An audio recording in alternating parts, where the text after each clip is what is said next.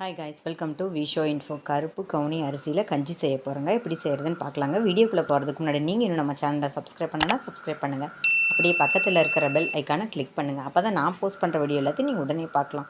வீடியோக்குள்ளே போகலாங்க. கருப்பு கவுனி அரிசியில் கஞ்சி செய்ய போகிறோங்க. கருப்பு கவுனி அரிசி எடுத்துக்கலாம். இதில் நிறைய சத்துக்கள் இருக்குதுங்க. ஒவ்வொரு சிறுதானியமாக நம்ம உபயோகப்படுத்தி பார்க்கணுங்க. அப்போ தான் அதோட முழு பலனையும் நம்ம பெற முடியும்.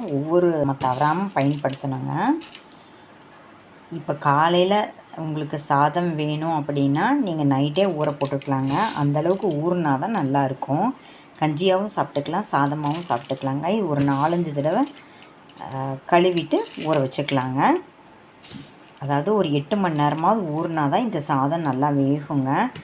உடனே அரைச்சி உடனே பண்ணுறத விட இதோட முழு பலன் நமக்கு கிடைக்கணும் அப்படின்னு நினச்சோம்னா ஒரு 7-8 மணி நேரமாவது இதை ஊற வைக்கணும். அதுக்கு தான் நம்ம நைட்டே ஊற போட்டுட்டோம்னா காலையில் இதை சமைச்சிக்கலாங்க. இது நல்லா 4 தடவை கழுவிக்கலாங்க. பாருங்கள், இப்போ தெளிவாக இருக்குது பார்த்திங்களா? இந்தளவுக்கு நம்ம 4-5 தடவை கழுவிட்டு இப்போ இதை நல்லா ஊற வச்சுக்கணுங்க.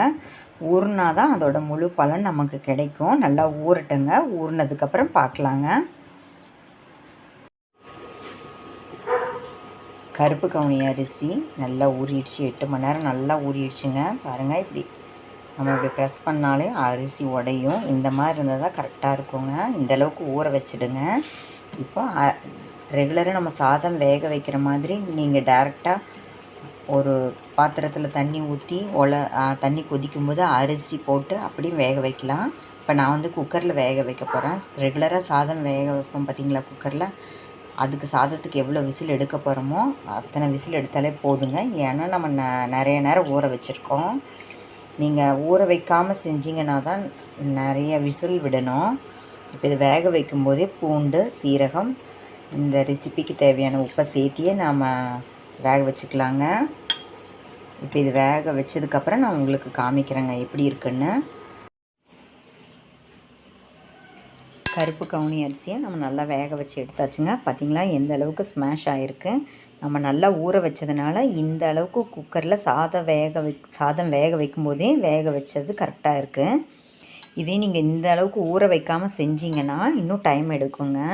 இப்போ இதில் இருக்கிற தண்ணியெல்லாம் நம்ம வேறு ஒரு பாத்திரத்தில் மாற்றிட்டு இப்போ நம்ம கஞ்சின்னு சொன்னதுனால தண்ணியாக தான் குடிப்போம். இப்போ அவசரப்பட்டு அந்த தண்ணியை கீழே கொட்டிடாமல் தண்ணியெல்லாம் இருத்துட்டு இப்போ நம்ம ஒரு கரண்டியை வச்சு நல்லா இப்படி ஸ்மாஷ் பண்ணிக்கலாங்க. ஸ்மாஷ் பண்ணிவிட்டு நம்ம ஆல்ரெடி உப்பு சேர்த்துருக்கோம். அந்த உப்பு பத்தாதான்னு பார்த்து செக் பண்ணிக்கோங்க. அப்புறம் எப்பவும் போல் கஞ்சிக்கு தயிரெல்லாம் ஊற்றி சாப்பிடுவோம் பார்த்திங்களா, அந்த மாதிரி ஊற்றி கரைச்சி சாப்பிட வேண்டியது தாங்க. இப்போ இதை நல்லா ஸ்மாஷ் பண்ணிக்கலாங்க. தண்ணியை எடுத்துகிட்டு இப்போ நம்ம ஸ்மாஷ் பண்ணியாச்சுங்க. இப்போ இதை நமக்கு தேவையான அளவுக்கு இருக்குது. இதை நமக்கு ஒரு பவுலில் சேர்த்துட்டு இதில் சீரகம், பூண்டு, உப்பெல்லாம் சேர்த்துருக்கோம். அதனால் செம சூப்பராக இருக்குங்க. இது கூட நம்ம தயிர் எப்பவும் போல் மிக்ஸ் பண்ணி சாப்பிட வேண்டியது தாங்க. ட்ரை பண்ணி பாருங்கள். பூண்டு, சீரகம் ஃப்ளேவர்லாம் அட்டகாசமாக இருக்குது.